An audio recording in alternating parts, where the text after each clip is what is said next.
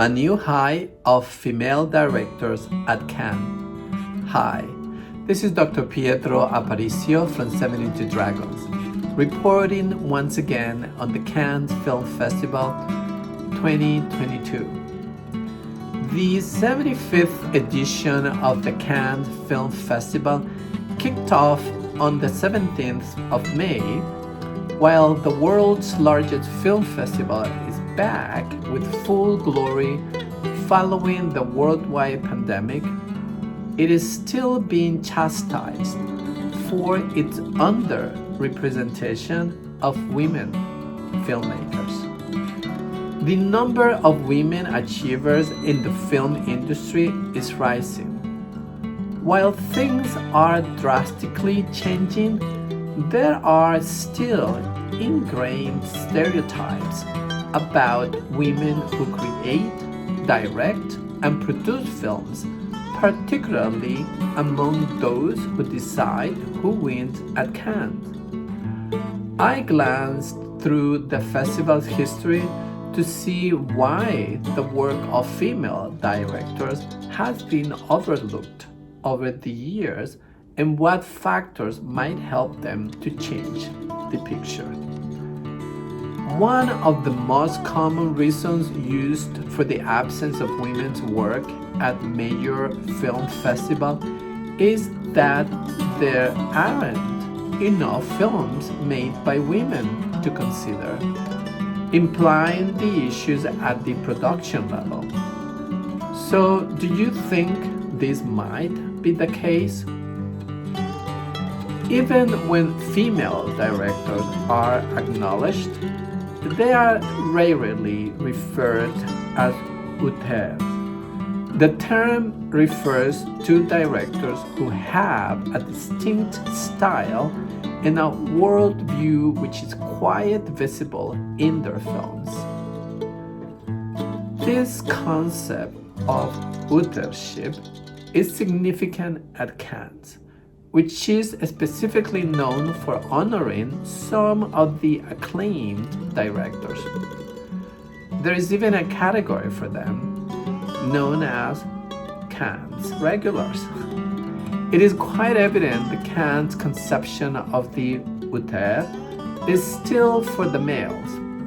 Over a 54-year period, a French study examined the work of the Special Commission charged with nominating French films for participation in the festival, 1946-2001. It was found that 6 out of the 180 nominations were for films directed by women. This year's festival will feature some of the record-breaking 5 films directed and co-directed by women in competition. At last year's competition slate included 4 films directed by women. Julia Ducournau was the second woman to win the Palme d'Or for Titan.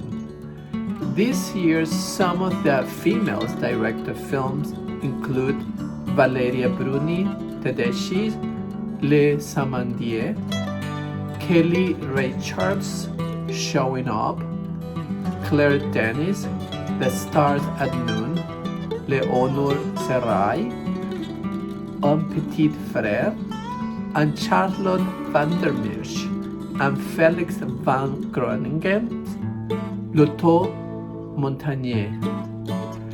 Cannes is one of the major film festivals to sign the gender parity pledge in the year 2018. This decision was precipitated by a protest from female film industry executives, including jury members Kate Blanchett, Kristen Stewart, and Ava DuVernay, who demanded more female representation at the festival. Prior to the red carpet protest in 2018, the group noted that only 82 films directed by women had competed for the Palme d'Or award in the history of Cannes. In terms of this year's lineup, festival director Thierry Frémaux recently told Variety that he was aiming to have a strong presence of female directors. Hence, before Cannes 2022 comes to an end, I am looking forward to the next step. It is fantastic that so many women were featured this year, especially in the top categories. But how many cinemas will show their films around the world?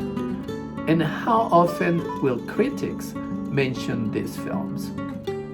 We must ensure that, unlike Valeria Bruni, Kelly Reichardt, Claire Denis, these women continue to be celebrated and recognized, and they continue to be nominated for awards.